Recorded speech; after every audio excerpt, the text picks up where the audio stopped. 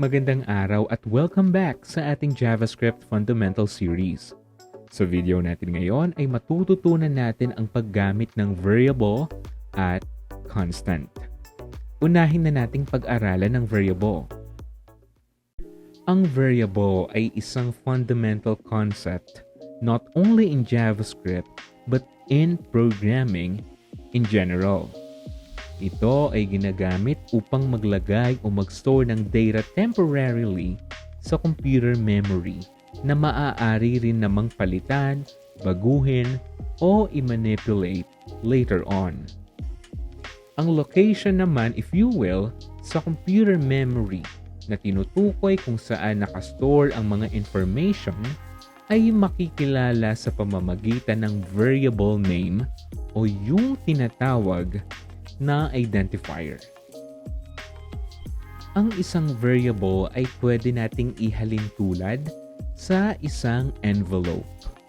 Let's say finally, bukas na ang New Year at darating sa bahay mo ang mga inaanak at mga pamangkin mo. At dahil mahal mo silang lahat, bibigyan mo sila ng pera. Kumuha ka ngayon ng isang envelope. Nilagyan mo ito ng 100 pesos at isinulat mo ang pangalan ni Johnny sa envelope as a label. Kumuha ka ulit ng isa pang envelope para naman kay Christian na katatapos graduate at sinulat mo ang pangalan niya sa envelope pagkatapos mo itong lagyan ng 400 pesos. At ganito rin ang ginawa mo para sa iba mo pang mga inaanak at mga pamangkin. Ang envelope sa ating metaphor ay ang variable. Ang pera naman na inilagay sa loob ng envelope ang value na ina-assign sa isang variable at ang label ay ang identifier ng variable. Ngayon subukan nating mag-declare ng variable. Going forward from ES6, ang best practice para mag-declare ng variable ay ang paggamit ng let keyword. Actually, mayroon ding var keyword na pwede rin namang gamitin para mag-declare ng variable. Subalit may mga issues na nakita rito, kaya let ang gagamitin natin.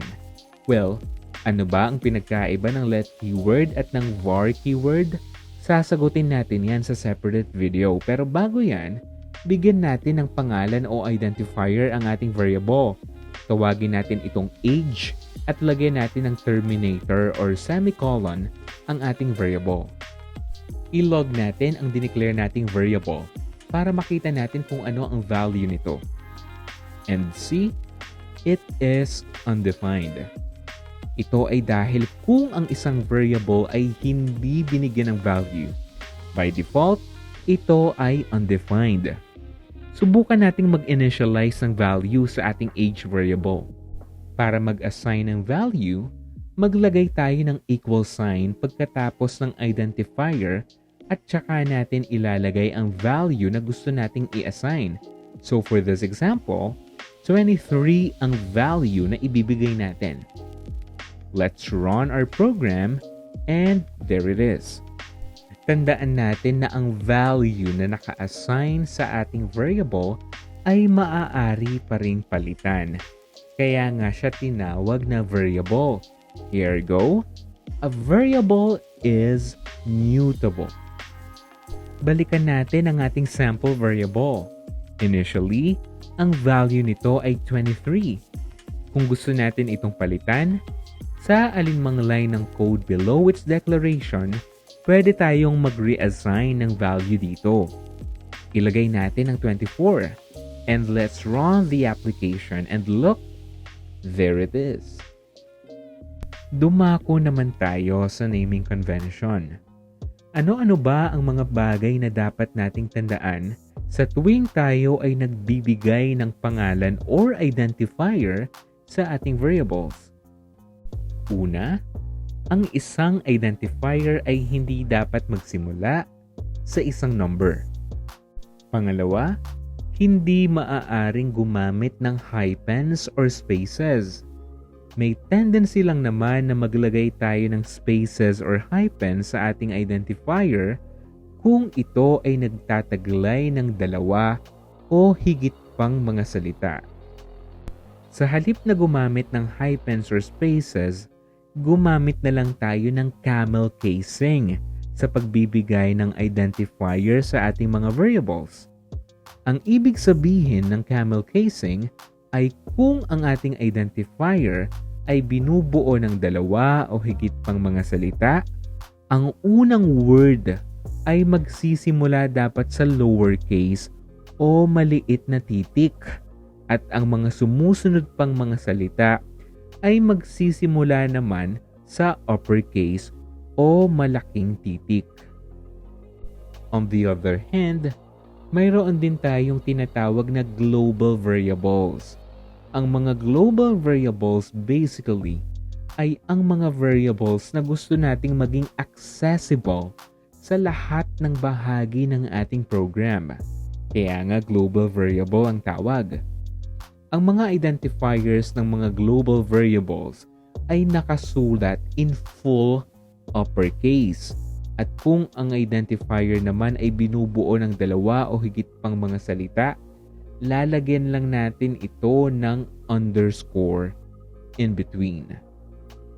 Isa pang bagay na mahalagang matandaan natin ay yung relevance ng identifier natin sa value na i-assign natin sa ating variable.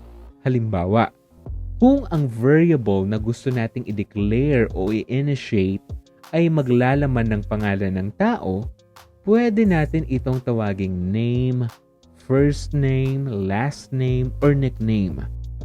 Kung ito naman ay maglalaman ng edad, pwede natin itong tawaging age.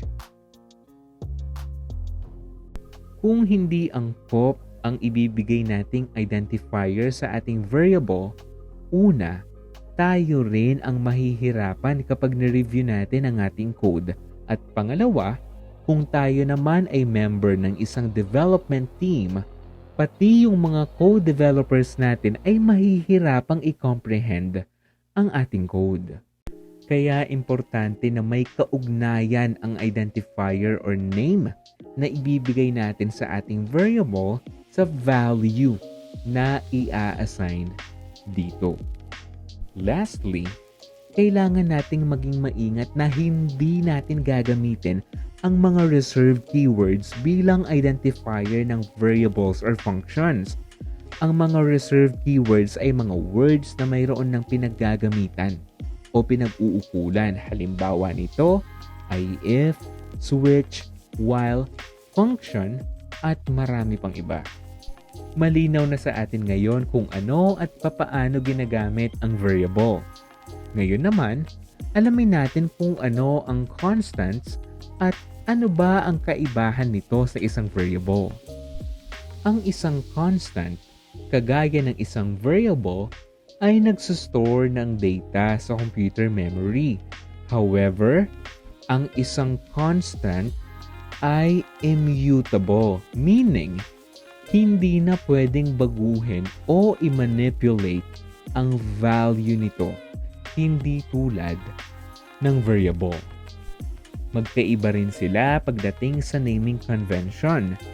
Ang identifier ng isang constant ay isinusulat in both full uppercase and snake casing o kapareho ng naming convention para sa mga global variables. Hindi pa rito nagtatapos ang ating pag-aaral. Kailangan din kasi nating malaman at maintindihan ang iba't ibang uri ng mga data or data types na ma-encounter natin sa computer programming. Yan naman ang pag-aaralan natin sa susunod na video.